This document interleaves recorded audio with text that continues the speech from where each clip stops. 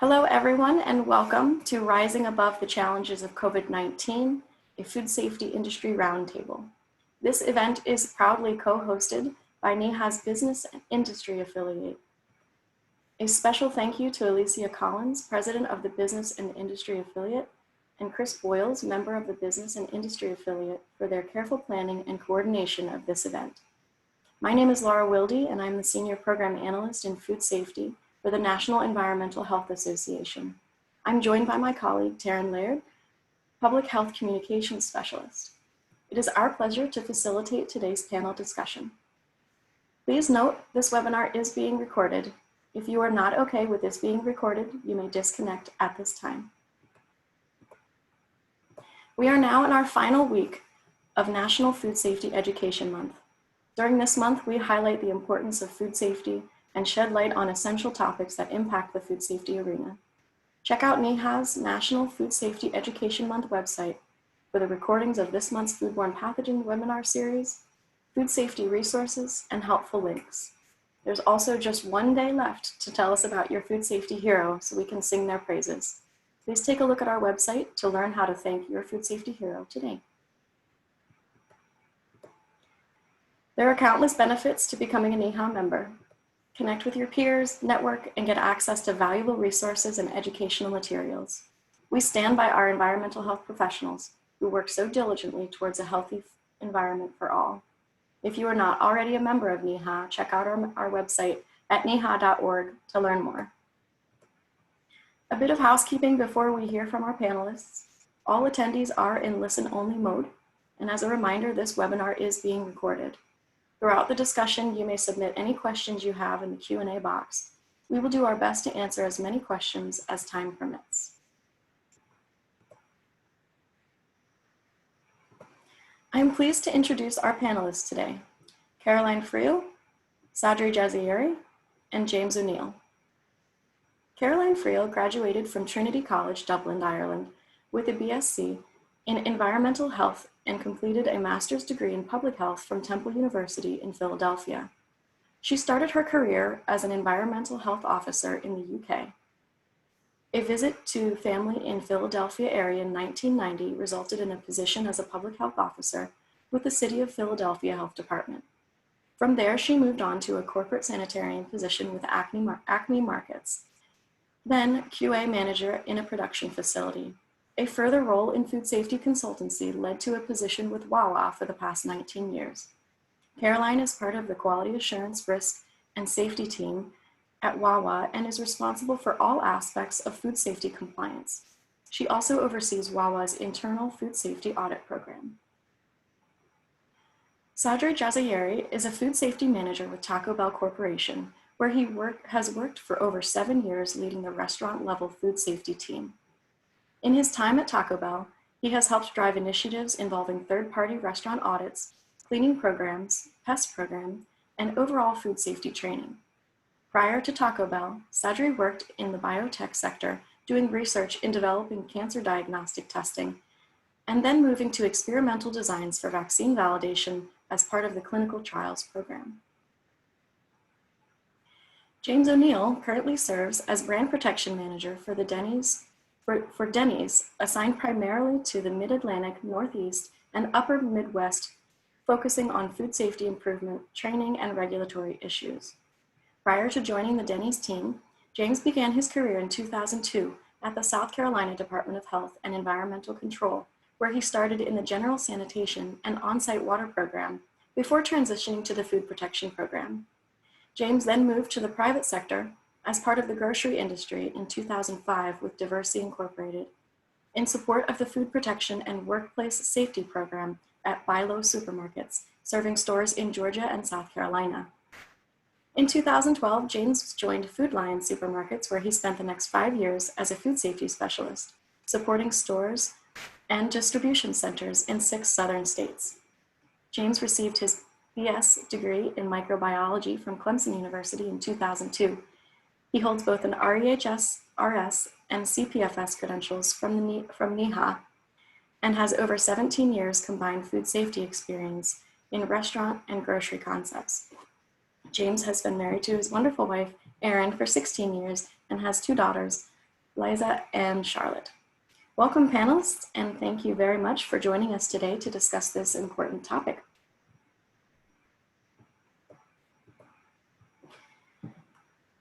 We will dive right into the questions. Our first question for the panelists is, what foundational food safety steps did you have in place prior to the pandemic that helped you and your teams in meeting the combined challenges of food safety and COVID-19? Caroline, we'll go ahead and start with you.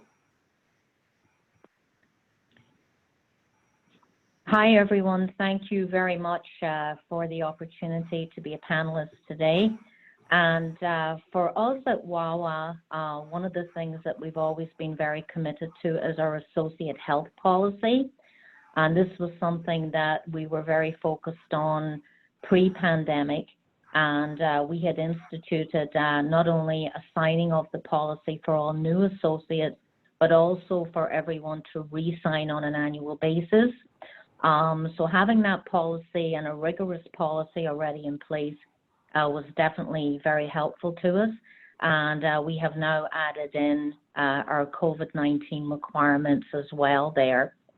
The other things that we had in place were our cleaning and stringent cleaning standards, which we then increased to do on an hourly basis in our stores.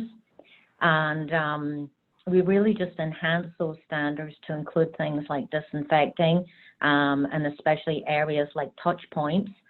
Our hand washing standards we also had in place, and we then increased the frequency there, post-pandemic to doing hand washing on an hourly basis there. And I think the other very important part for us was the relationships that we had with our regulators.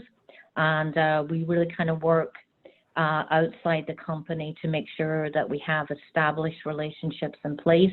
And those were definitely extremely helpful to us, as we were dealing and working our way through the pandemic. Great, thank you. Why don't we hear from Sadri next? Thank you for me today. I want to thank Neha for allowing me to be part of this panel. It's a pleasure to be on here with Caroline and James, so appreciate that. Hello, everyone.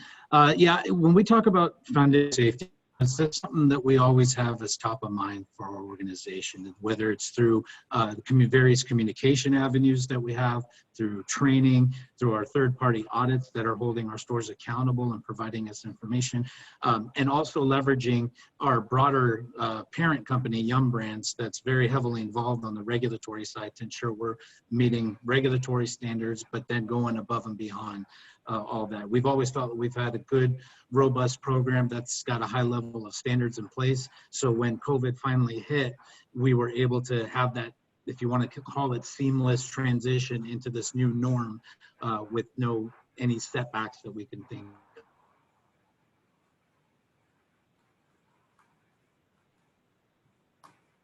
Great, thank you.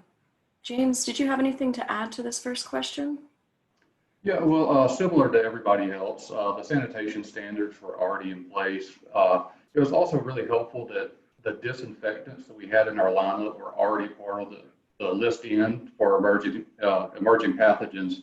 So we really didn't have to change many of our procedures other than changing the frequency of them. So that familiarity with the chemical, with the procedure, I think really helped us through. And one other small thing that I'll add on the illness policy, we had an illness log in effect for all of our locations.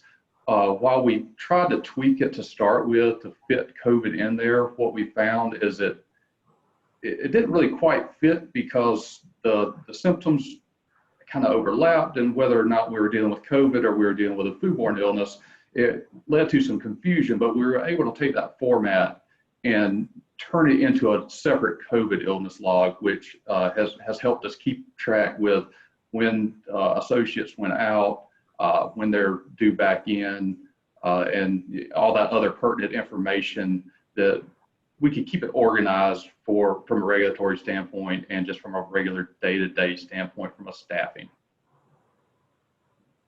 Great, thank you very much. So we know that during the course of COVID, a lot of restaurants ended up having to close. So when reopening a restaurant, we know it can be challenging to retrain on both food safety and now the added COVID-19 protocols. What steps did you take to reopen, and what tips do you have for how to ensure both food safety and COVID-19 remain in focus? James, why don't we continue with you? Yeah, so with that, that definitely led to a challenge because, to your point, number one, getting people back into the location and often led to hiring new people. So training was definitely a big part of that. One of the more successful things we did is we set up checklists based on kind of starting from a day-to-day with your restaurant closed, what to go in and check, checking temperatures of and checking your refrigeration to make sure we haven't lost any product. And then as the day to reopening got closer, the checklist included, do we have our social distance markings? Do we have our barriers up? And that proved to be very beneficial to kind of have it broken down into a checklist format so they could go down 5 days out, this is what I need to accomplish. 3 days out, this is what I need to accomplish. And I believe our operators found that to be very helpful. Thank you. Do either of our other panelists have anything they'd like to add to that? Yeah, I mean, I think for us, we were able to understand that knowing our restaurants were function predominantly on the drive-through side. So it was real easy to just transition everything that we were doing from a COVID standpoint and obviously from general food safety standpoint. So it wasn't too much of a challenge for us because we just emphasized and focused on the drive-through side of it. Now, there are some states that have allowed dine-in to occur. And so we put checks and balances in place for stores to be able to ensure that they have all the systems that we've executed from a corporate minimum standards, but also ensure that they're following any state or local regulatory guidelines. And for us at Wawa, we are essential providers, so we never actually really closed as such.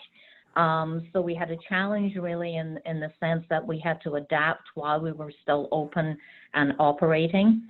And with the help of our internal food safety audit and also our Steritech, who is our third-party company who helps us with that, that really, kept us focused on what we needed to do there. I think the other thing that we did was that we had a daily communication. We had a crisis team set up with our ops leadership there. Also we invited help from our senior management to reinforce a lot of messaging that went out to stores. So we really had to be nimble, I think, with what we had to do. And it definitely was, I think, a testament to our operations people that we managed to, to kind of stay focused and be able to remain open as we were trying to deal with all the challenges that came along. Certainly, and speaking of staying focused, how did COVID-19 change your priorities about food safety practices? For example, other than the obvious examples of hand washing and glove use, have some food safety practices become more or less visible in your organization than before? And how have additional COVID-19 precautions like wearing masks affected the way that you handle food safely? I'd like to know if it's increased any of the complexities to food safety. Sadri, we can start with you. Sure. So, I mean, if anything, it probably enhanced our food safety policies and reinforced it. So I think everyone understood what we were dealing with. This wasn't just a Taco Bell thing. This is the whole world was facing these issues. And so I think everyone got that. So for us, it enhanced and reinforced the food safety policies we have in place. And as far as any complexity, again, knowing full well that we had a strong foundational component in place as far as keeping it top of mind and through all the different training and cleaning reinforcements and policies and third-party audits, we tend to transition with this new norm fairly seamlessly as best as possible. If there was complexity involved, it was probably more on the supply chain side of it to ensure that we had dealing with our suppliers and manufacturers, we had the supply line still moving forward, as we know manufacturers were impacted by this. Chemicals, wanting to ensure that we had all the sanitizers, the soaps, and cleaning chemicals and things of that nature, wanting to make sure those were in place. PPE, obviously a big thing, since a lot of this stuff was being funneled toward the medical industry and the healthcare industry, rightfully so. We needed to ensure that we had enough supply line to last us from the short-term standpoint and from the long-term. Great, thank you. James, how about from Dennys' side of things? Well, like Sadri, we definitely have some supply chain challenges. Just like Taco Bell, a lot of those supplies are going toward the medical field as well as the PPE. So we definitely felt those challenges as well. One challenge that so far it looks like we've kind of overcome that was a bit of a concern with the mask protocol, and we have made that a standard practice in all our locations, whether there's a regulation or requirement for it or not. Is that creating additional hand washing opportunities, and how our employees would handle that? And from what we've seen, looking at our third-party reviews from Ceratec, we really haven't seen that uptick in those hand washing issues, but that was a concern. And Ceratec has been also instrumental in helping gather information around how those employees are handling it, what kind of corrective actions they're doing when they reach up and touch their mask. So they've been an invaluable partner in helping us kind of plan for those unexpected things. And actually, hopefully going forward, this will kind of, to Sadri's point, enhance hand washing and sanitation going forward, so that there should be some positives coming out of this on the other end. Thank you. And Caroline, do you have anything to add to this question? Yeah, I think that food safety, isn't any less visible, but it definitely has incurred, I think, complexity, in our operations. We have added things like an associate health check when people clock in for work. We take their temperature, we're asking them questions. We're also doing, additional cleaning, of course, and disinfecting in the store. We have a position that is totally dedicated to that called Clean Force. They wear a different uniform, so they're clearly visible in the store when people come in. And I think the other thing that added a lot of complexity for us was the move from self-service to doing more full-service items. So operationally, we try to do self-service as much as possible. So that was a big adjustment for us, in that we had to move quickly as well, because we remained open, as I said before. And in that move as well, to getting things to be full service instead of self-service, I think those were the most complex things that we had to deal with. Thank you. Excuse me. If some of your locations are in an area hit with a second wave of COVID-19, how will your response be different, knowing what you know now? And what other technology or advancements are you using or exploring to help control the virus? James, we can start with you on this one. Yeah, and so early on, and we were kind of like Caroline, where a lot of our restaurants weren't necessarily required to close, but they did have to transition to a to-go only format. So a lot of this we're trying to kind of learn on the fly with not a ton of concrete information. So when we were putting together our plans, we had a cross-functional group of operations, food safety, training, trying to put all this material together. And it was a lot of suggestions and best practices and what we thought was going to happen. Now, as a testament to that group, we were able to get a lot of it right. But I think as we've had areas kind of close back down or reinstitute some restrictions, we know that those are no longer best practices, that those are the requirements, which is kind of knowing that we have that in place and have been through it before, we feel like we're definitely in a better place if those restrictions do come back. Sadri and Caroline, do you have anything to add to that? Sure.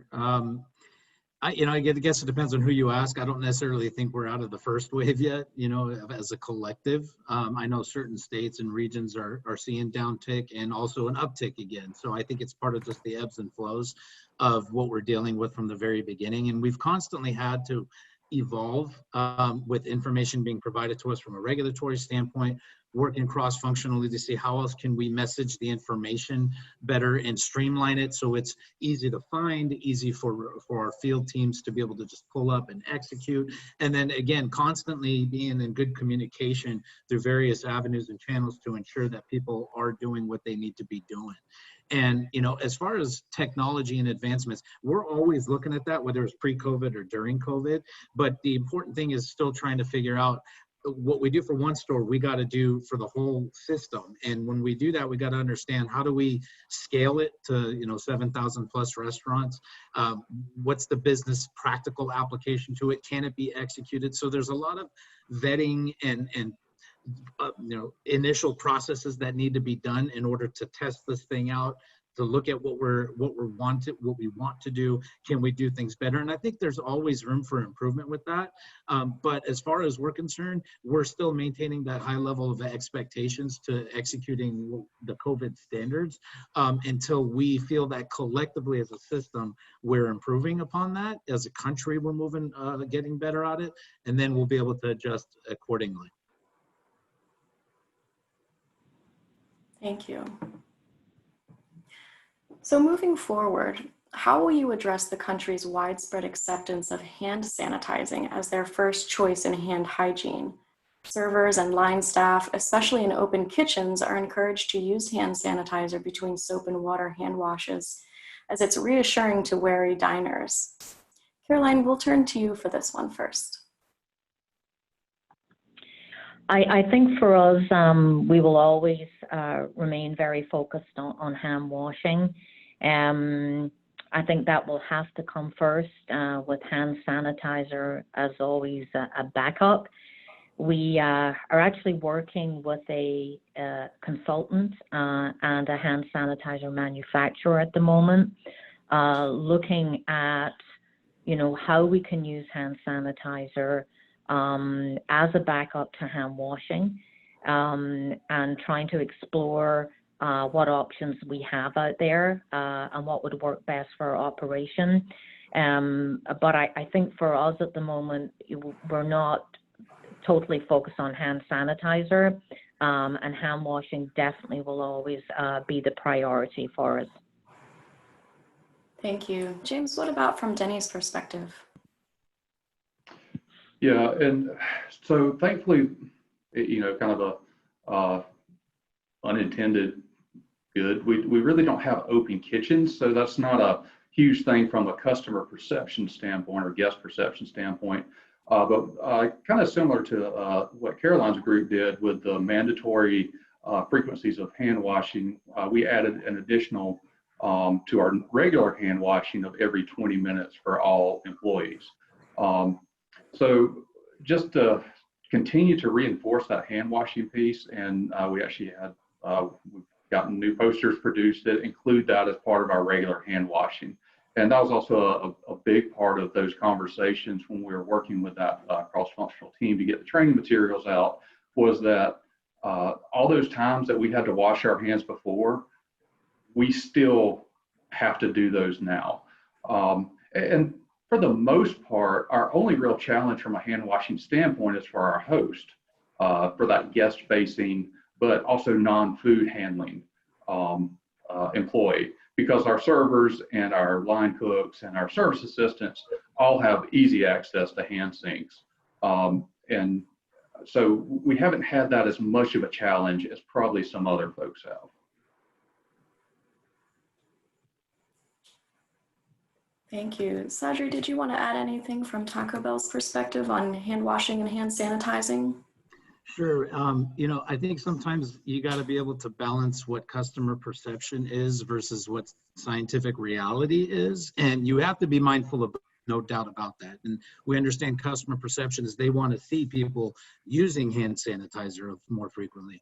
But the truth of the matter is we never saw hand sanitizer as a sole purpose of hand washing. It's not the sole purpose of hand hygiene. For us, it's always been the push about the process, similar to what I think James and Caroline mentioned, in that when you're using hand sanitizer, you have to have been already washed and washed your hands with soap, rinsed, dried your hands off, put on sanitizer, and put on gloves. We've always promoted that procedural component from a hand hygiene standpoint and never accepted just using hand sanitizer as a sole purpose of hand hygiene. So it's something that we're continuing to reinforce with the teams to let them know that it's not an acceptable practice. You must complete the full hand washing process, in hopes that customers definitely understand that we're going beyond just spraying our hands with sanitizer at that point. Great, thank you all for that. And as a friendly reminder, if you do have some questions that you'd like to see answered live today, please put them in the Q&A box. We do have time for questions. One of the most challenging aspects of food service is training and motivating employees to follow food safety standards. What teaching techniques have you found to be the most successful? And have those same techniques worked when training on COVID-19 precautions? Has COVID-19 interrupted any ongoing food safety initiative plans in your company? And Sajri, why don't we continue with you for this one? Sure. I mean, I think I can probably speak on behalf of the whole food industry and say that one of the biggest struggles is always high turnover rates, and developing that continuity, that consistency in the stores from an operational standpoint is always going to be a challenge. But what I find something that I feel is missing in food safety industry as a whole is that we always tell people what the standards are, whether they're motivated by regulatory or by a corporate program, but we don't give a lot of the why behind it. And when you're given the why to the team member, could be someone that's been there for a couple months to somebody that's been there for 10 years. It's really important to do that and personalize it for them. I feel like that technique tends to work the best when you make it personal and you tell them why you have to wash your hands for 20 seconds and go through the full hand washing process. Why is it that our cold holding needs to be below 40 degrees? Because at the end of the day, you're doing it for their employee well-being, and hopefully as a byproduct of that, you're also protecting the coworkers that they're working with and the customers that are coming through the system. So I think, when we try to promote that food safety culture, we try to tell people that it starts with you at the store level. It's not someone sitting at a desk in Irvine, California. And I think that tends to resonate a lot with people. And the beauty of the culture is you can make it your own however you feel is necessary for you to be successful, because they know their people better than we do. And I think when it comes to, did it interrupt any ongoing food safety initiatives or plans for the company? Honestly, again, we're always looking at that regardless of COVID's presence or not. And at the end of the day, again, it still goes back to the process that if we have to do it for one store, we got to do it for all. So be able to make sure that we have that scalability and practical application to the business is always going to be vital. Thank you, Sajri. And Caroline, what about from Wawa's perspective? What are the challenges to food service training and motivating your employees, especially during COVID-19? Yeah, one of the things that we have been doing is sending out a daily communication, and we put it kind of in the same place all the time on our website. And we also back that up then with a daily email to everyone. So I think that's been helpful. It's consistent, it's uniform. People know where to find the messaging. We also reinforce a lot of our messaging. We just don't say it once. We'll try and go back and refresh and reinforce information again as well. Also, I think what's helpful is like cascade communication, where information is given at a more senior level, and then it makes its way down. And making sure that we're following that process as well. And also, senior management is very helpful in making videos and putting that out there as well, and kind of modeling the way while they're actually out in our stores and locations. But I think probably one of the most successful things we have found is combining food safety into other messaging. A few years ago, we had a new customer service model that we used, and we built in our food safety messaging into that. And we found that that was very well received, by our operations, and was something that was very successful. And people, I think, tended to remember that messaging because it was also built in, to those other areas. So I think that just consistent reinforcement and refreshing of information, and then that kind of uniform communication that goes out, that looks the same and people know where to find it. I think that's been very helpful for us. Thank you. James, what about from Dennys' perspective? Yeah, so, we've always found that face-to-face training to be very effective, but obviously in the world of COVID, that's not very practical. So obviously a lot of those plans for those face-to-face meetings were canceled. One thing that we did and have continued to utilize is we have a platform called Ignite. And if you're not familiar with it, it's basically a storage house of, it can be videos, it can be PDFs, all manners of training. And so what our training team put together was a lot of small 3 to 4 minute training videos. So kind of a YouTube style, where they could be kind of the Sadri's point, telling the why are we doing this?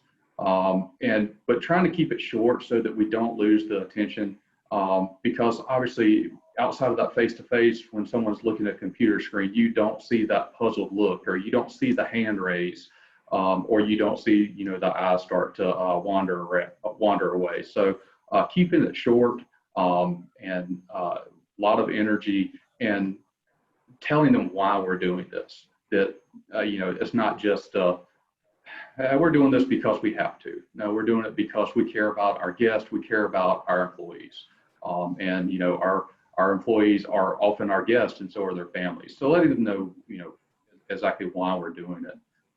Another communication piece that we had is, and we continue to have them, although our frequency is a little bit less. We were having sometimes 2 times a week DMA calls. And as part of that, it was about a 1 hour conference call where everything from marketing to food safety, COVID protocols, operations, all those facets were included in that phone call, and each partner would have a section in there where we could touch on any hot topics.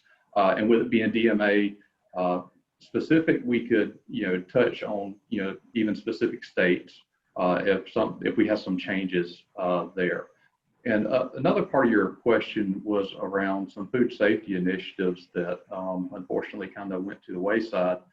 We had some plans, some kind of baby steps towards some scorecarding, where we had set some KPIs, primarily for our most critical items, and improvement on those KPIs, and had gotten operations, had bought in on that, and their teams were going to assist us with that. But unfortunately, second quarter, we basically had our visits were very limited on what we could do, with a lot of locations not open because of local requirements or just because of business. So that kind of limited what we could do there. And then also going forward, we're going to base that off our previous form that we used with Stereotech, but we've gone to a more abridged form so we can add some COVID protocols into it. So we're not dealing with apples to apples at that point, so we couldn't really continue that. And another part of that assessment that we had partnered with Stereotech on was to bring some additional attention to repeat issues. But unfortunately, with that change of form, that communication is not there between the 2 forms of what is a repeat and what is not. So hopefully 2021 is a new year, and we'll try to evaluate at that time. Certainly. Thank you. So I'm putting up a slide to remind everyone that you can put your questions and questions in the Q&A box, and we'll do our best to get to as many of those questions as we can. We do have a couple of questions on the board. The first one, how are you handling the relaxing COVID-19 procedures with the looming COVID-19 resurgence of this fall and winter? And any of our panelists can answer these questions. I think for us, it's still business as usual. We're still maintaining a high level of expectation and standards with regards to COVID, regardless of what's happening around us. And again, we approach things as a one system approach. So things may be doing better certain parts of the region, but at the end of the day, we're still going to emphasize all of our necessary standards that we have. And that is constantly being communicated to our field operations team, to our franchise community, whether it's through training, whether it's through communications of any kind. All that's still being put into place, and we have no reason as of right now to relax any of our standards, and nor do I expect us to be doing so anytime soon. Yeah, and I can certainly second that as well. We're not relaxing anything. In fact, we are ready to ramp it up if we need to. We kind of already had a second wave. Our locations in Florida were kind of slightly behind our locations in Mid-Atlantic for the pandemic. So we have a very strong playbook in place, and we are ready, should we end up having to deal with a second surge. So we're certainly, in that mindset of relaxing anything at this point. And similar to my colleagues, it's the same. We're not really pulling back on anything. If nothing else, we're going to continue to try to innovate, looking at the layout of our locations, with a lot of people not feeling comfortable coming out to dine in, looking at how we can better serve that guest that still wants Denny's, but they may not feel comfortable coming into the restaurant. So looking at the way our dining room is laid out. Do we have barriers in place so that they feel safer? What are our options from a delivery standpoint? Even looking at, curbside, how we can handle that to-go business, and continue to serve that guest in maybe an untraditional manner than what we would normally serve them. Thank you all for those answers. Another question we have is about the fear of the virus. Many customer-facing employees themselves were fearful to go back to work during the pandemic. Do you all face challenges making staff feel comfortable and safe? And how was this done? Yeah, I think at the very least, you got to be empathetic to the employee, to the individual, that they have that fear. And I'm sure customers have that fear as well. So you got to be empathetic to their concern. And then I think from there, anyone that has those concerns, what we've had conversations with our field is that you need to, first of all, reassure them on what we have in place from a standards standpoint. And at the end of the day, once we give them that information, that we're taking care of everything to protect them, not necessarily looking at it from a broad picture, but again, it goes back to personalizing it, individualizing it for that individual, to let them know that they're coming to a safe place, that we have systems in place. And should there be any concerns that they have from the systems that we have in place, then they need to bring it up to the necessary people so that we can address it immediately, because that's going to be important to know that at the same time, these people need to earn a living, but their lives are at stake with this, and we need to be empathetic towards that. And continue to reinforce all the standards that we have in place, and then go from there. If at the end of that, they still feel uncomfortable to come in, then there really is no pressure for them to be forced to come in. They could stay home until they feel comfortable to be able to come back. Yeah, and on our end, a lot of the same points. Communication is key. And we encourage our franchisees, while employees were furloughed, to touch base, just see how they're doing, kind of where their comfort level is in returning. If they were a little bit unsure, all those additional sanitation procedures, the additional personal protection, the additional barriers that are being put up, share that information with them to let them know these are the procedures we're putting in place to watch out for your safety. The putting up a shield at the cash register isn't necessarily for the guest, that is for that employee. So just the good communication and sharing what is being put in place with the idea of, we're doing this to help you, and we want you to be safe, and that is one of our top priorities. And I can add to that too by saying, transparency is key. And from the very beginning as well, that daily communication, telling everyone, sharing information. We also have an internal system called VOTA, Voice of the Associate, where people can, voice their concerns. And that has been a really good platform for us to use as well. But I think just to second what both the other panelists are saying here, the communication and the transparency from day one, I think has been very helpful. Thank you. And keeping in the same vein with personnel, have there been any changes to any of your corporate sick leave benefits as a result of the pandemic to promote employees being able to afford to take time off when they're sick? And anything on the horizon about vaccine, whether you might consider requiring or recommending a vaccine should one be available?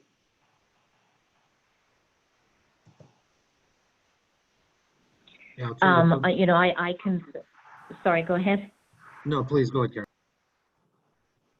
Yeah, I can say on the vaccine front that, we are working, again, with some outside resources and consultants and companies around being able to offer a vaccine when it becomes available to our associates. And also on the paid time off front, we actually did pay people while they were out of work. And, in the beginning, obviously, we had more, people and associates who had to go out. But we did, stand by our paid time off program, making sure that people, didn't have that choice to make and that fear around not being paid. So we did, take steps to make sure people were paid while they were out.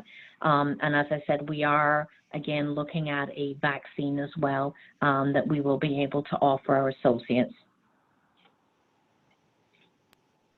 Yeah, we're exploring similar components of that from a vaccine standpoint.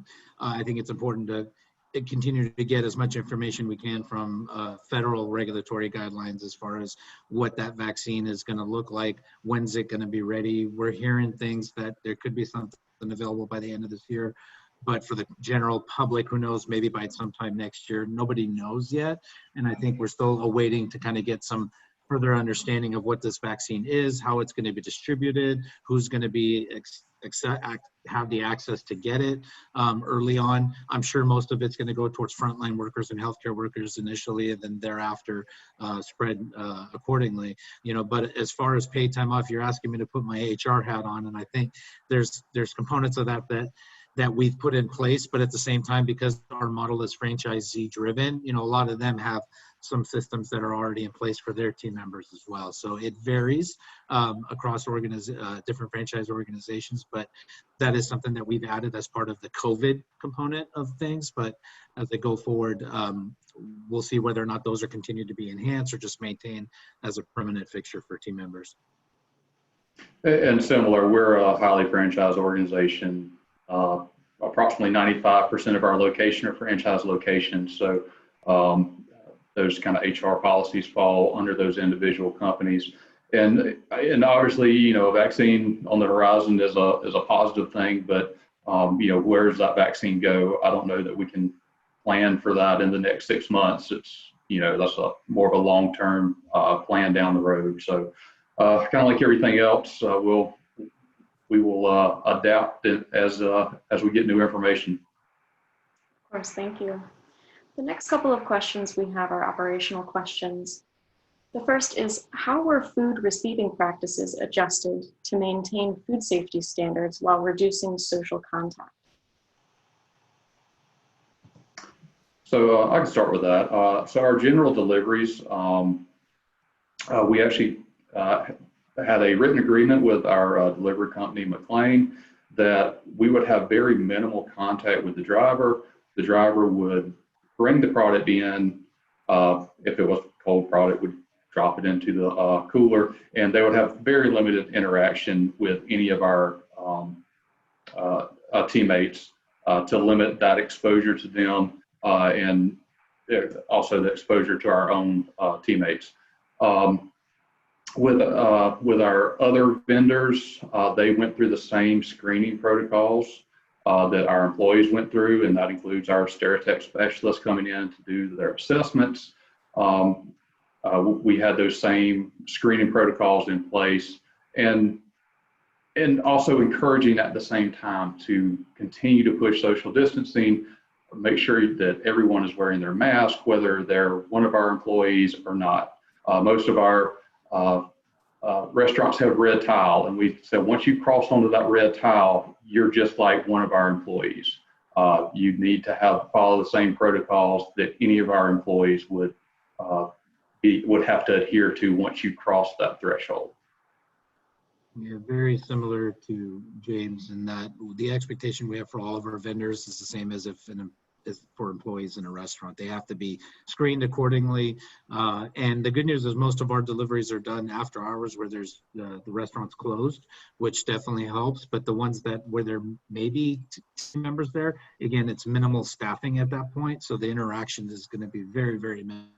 And, there's explicit instructions that our delivery drivers need to execute to ensure that social distancing is being used, as well as all the preventative stuff that's in place. Should there be an issue, then there's a great open line of communication between all of our vendors to be able to notify the right people and then react accordingly. And I can add to that with some of our key vendors. We have what we call a no check-in process. So it's basically a kind of a drop, deliver, and leave. So that has really helped as well in shortening that time that they're in the store. And everything is kind of dealt with on an electronic basis. There's not a lot of time or conversation there. So I think that coupled with what both the other panelists mentioned as well is something that we also find helpful. Thank you.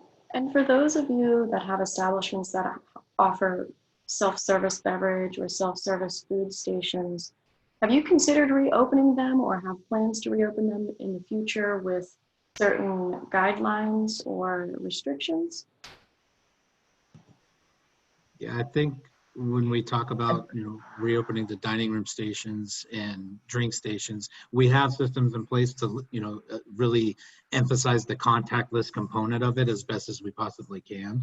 But at the same time, I think as we try to understand what local and state regulatory guidelines tend to be and trying to adhere to those, again, approaching it from a one system approach, I think we're going to maintain a strict level of guidance on that, and we'll maintain that until we figure out other ways to be able to streamline that process as those things start to become more prevalent. But, again, at the end of the day, we have to do what we can as doing our part as being a good steward of public health to ensure we're following all the necessarily local and state regulatory guidelines, but also our minimum requirements, and ensuring that contactless component of it is intact, and not only putting the employees' mind at ease when they're dealing with customers like that are requesting drinks or going through that process, and also the customer's perception of ensuring their safety as well. And we have also opened up, some of our self-serve areas again, but again, with very enhanced cleaning and disinfecting with a special focus on our touch points. And we are continuing to look also at the whole process and what we can do to make that as contactless and touchless as possible as well down the road. But for now, where we've been allowed to, we have reopened some of our self-serve areas.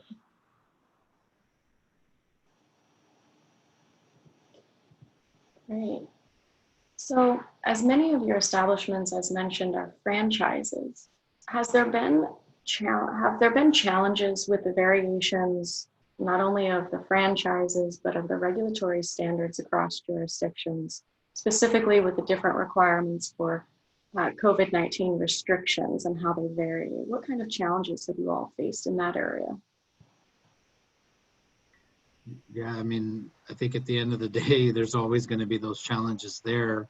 with franchisees hearing something that's different than what we're saying as a system. You have 50 different governors, 50 different mandates, 50 different, perspectives on how restaurants should be managing. And we've always made it clear that franchisees need to be aware of any local and state regulatory updates or changes, as we are also looking at those things as well.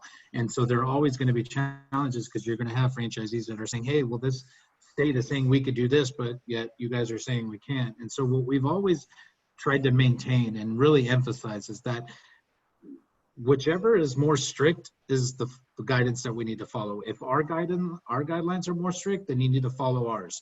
If the state or the local regulatory guidelines are more strict, you need to meet ours and then also follow theirs. So, that mindset has always been there, and it's something that we continue to emphasize with our franchise community. But at the same time, the franchisees know that we're dealing with this as a one system, and we approach things from a one system. But we've got such great partnerships with them that they get it at the end of the day. But it's just one of those things that we do get feedback that there are different locales doing things totally different than what is expected. And so they would just want to make sure, and bringing us that feedback and wanting to make sure that they're executing how they're supposed to be executed.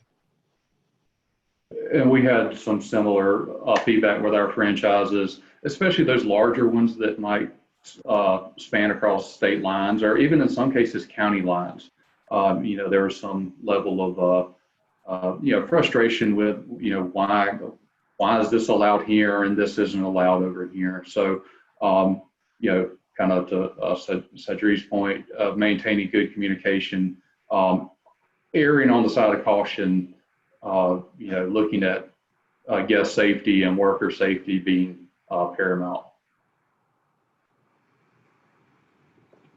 And for Wawa, we don't have any franchise locations, but I can echo the challenges, I think, around uniformity, from state to state and from area to area. So some of the challenges, I think, with that were the same. And again, I would say that, communication is key there, and just staying on top of any new requirements that would come out on a daily basis. So there were several agencies and organizations that published reopening guidance and guidance on how to clean and sanitize. For example, National Restaurant Association published some reopening guidance. Did you happen to use any guidance or guidelines from any associations or agencies? And what kind of guidance did you find most helpful when you started to reopen or to resume normal-ish operations? I think we focused on CDC mostly, and what they were saying, and also we also looked at every state that we were in, and the guidance that was coming in from regulators and health departments there, and then I think on a third tier we also had a lot of guidance come in from industry groups in each of the states that we're in. So we used that as well. So I think it was really kind of a combination of all those areas, but with particular focus, on CDC first. And we were very similar to Caroline. We based most of our initial thoughts around the CDC because that's where most of the information was coming from to start with, and felt like that would be a good basis anyway. And then kind of to her point, we had the individual states putting out their guidance and some of our industry guidance as well. It almost exactly mirrors exactly what Caroline was saying. Yeah, and same with us, similar to James and Caroline. I think the CDC was our initial source of information, but we also tapped into scientific community, the business consultants, obviously resources like the NRA to be able to look at things from a broader perspective, but also ensuring that whatever standards are being provided by the federal level, that we're creating robust plans for our stores that go beyond that. And then if there are outlying states that are out there that are expecting, more, then obviously we communicate to the locale to let them know that they need to be executing those as well. But for the most part, we're following federal guidance. Thank you. And it looks like we have time for just one or two more questions. Going forward, What are your thoughts on building resiliency in your food systems? And what specific thoughts do you have on how best to do that? That's a great question. I think, that's something that's always being looked at, and it's not just at the restaurant level. It's looking at the supply chain from the supplier level all the way. What happens to it, when it's being processed, all the way to when it gets to our stores.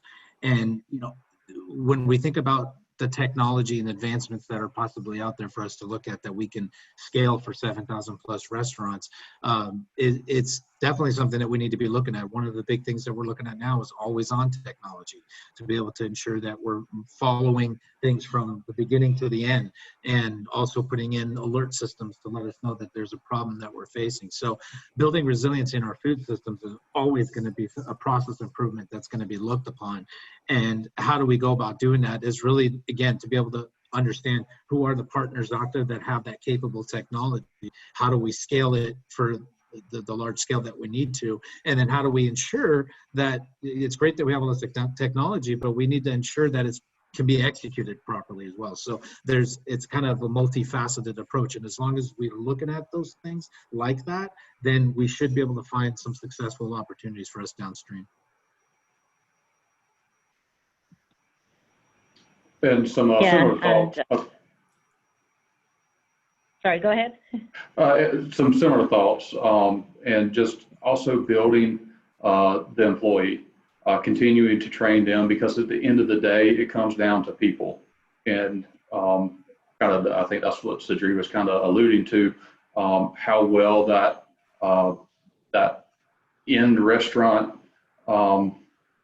employee is trained, how well they execute their job. We can add all the technology in the world, but continuing to develop those new leaders, develop those new employees as they come in, and get them trained to where they know why they're doing it, not just that I'm doing a task because that's what I was told to do. And I think that is as much as we lean more and more on technology, I think it still is going to come down to that individual food service worker and how they execute today, because it's just never a job done. It's just, you did great today, now do great again tomorrow.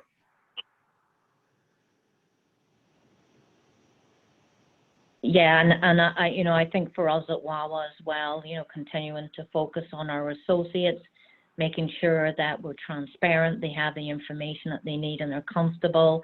And I think also, just thinking about resiliency from an operations and business standpoint, we're thinking about what else can we do, rather than have people come into a brick and mortar location. We're looking at delivery, mobile pickup, curbside pickup, catering. These are all kind of off-site options that are now, becoming very popular. And, we have seen a shift, in customer behavior, even around the times that people are coming into our stores. So we're looking at that as well, and how we move to meet, the new kind of customer demand and need. Great. Thank you very much. And we are we are at the top of the hour, so we will be ending our webinar shortly. Before we do so, I wanted to sincerely thank you, Caroline, Sadri, and James, for your time, your valuable insights during today's panel discussion. Thank you to the Business and Industry Affiliate for co-hosting this event. And of course, we would like to thank all of the attendees for their time and participation. There were some questions that we did not get to answer, so if you would like those questions answered, please feel free to send me an email and I will forward them over to our panelists. You'll be able to find the recording for this panel discussion on NEHA's Food Safety Education Month webpage. Thank you all so much for your time and participation on today's panel discussion. Please be well. Thank you. Thank you. Thank you, everyone. Thank you.